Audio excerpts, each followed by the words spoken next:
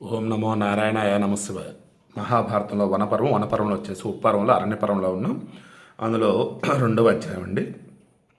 ధర్మరాజుతో సౌనకుడు ప్రసంగించుట. ఇక ఆ రాత్రి గడిచింది. ఏ రాత్రి? వాళ్ళు గంగానది సమీపాన ప్రమాణం అనే ఒక వటవృక్షం దగ్గర ఉన్నారు కదా, ఆ రాత్రి గడిచింది. తెల్లవారుగానే అనాయాసంగా సత్కర్మాచరణం చేసే పాండవులు వనంలోకి వెళ్ళడానికి సిద్ధమయ్యారు. ఇంకా అడవిలోకి వెళ్ళడానికి రెడీ అయ్యారు. ఆ సమయంలో భిక్షాన్నంతో జీవించే బ్రాహ్మణులు వారితో పాటు వెళ్ళడానికి వారి దగ్గర నిల్చున్నారు. అప్పుడు కుంతీపుత్రుడైన ధర్మరాజు వారితో ఇలా అన్నాడు: బ్రాహ్మణులారా, మేము జూదంలో సమస్త ధనం, రాజ్యం, సంపద పోగొట్టుకున్న వాళ్ళం. ఫలమూలాల ఆహారంగా తీసుకుంటూ దుఃఖంతో అడవికి వెళ్తున్నాం. ఈ అడవి చాలా దోషాలకు నిలయం. సరీసృపాది భయంకర జంతువులతో కూడి ఉంటుంది. అంటే క్రూరమృగాలు, పాములు ఇలా అన్నీ ఉంటాయి. సో మేము అన్ని కోల్పోయి ఇంకా అడవిలోకి వెళ్తున్నాం. మీరు ఎందుకు చెప్పండి? అక్కడ మీకు చాలా కష్టంగా ఉంటుంది. ఇది నిశ్చయం బ్రాహ్మణులకు కష్టం కలిగిస్తే అది దేవతలను కూడా నాశనం చేస్తుంది. ఇక నా మాట చెప్పాలా?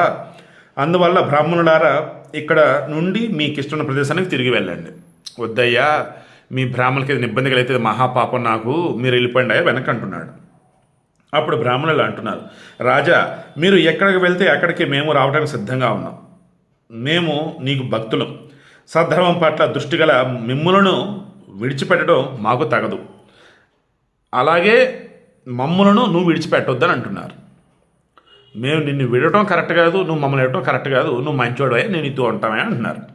భక్తుల మీద దేవతలు కూడా జాలి చూపుతారు.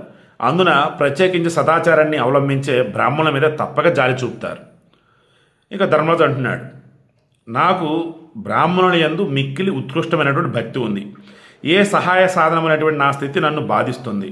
ఇదిగో నా సోదరులు ఫల మూల మధువులను తేగలరు, కానీ వారు కూడా దుఃఖం వల్ల కలిగినటువంటి శోకం వలన కలిగిన దుఃఖంతో సమ్మిహితులే ఉన్నారు. వారు కూడా బాధలోనే ఉన్నారయ్యా నా అన్నదమ్ములు.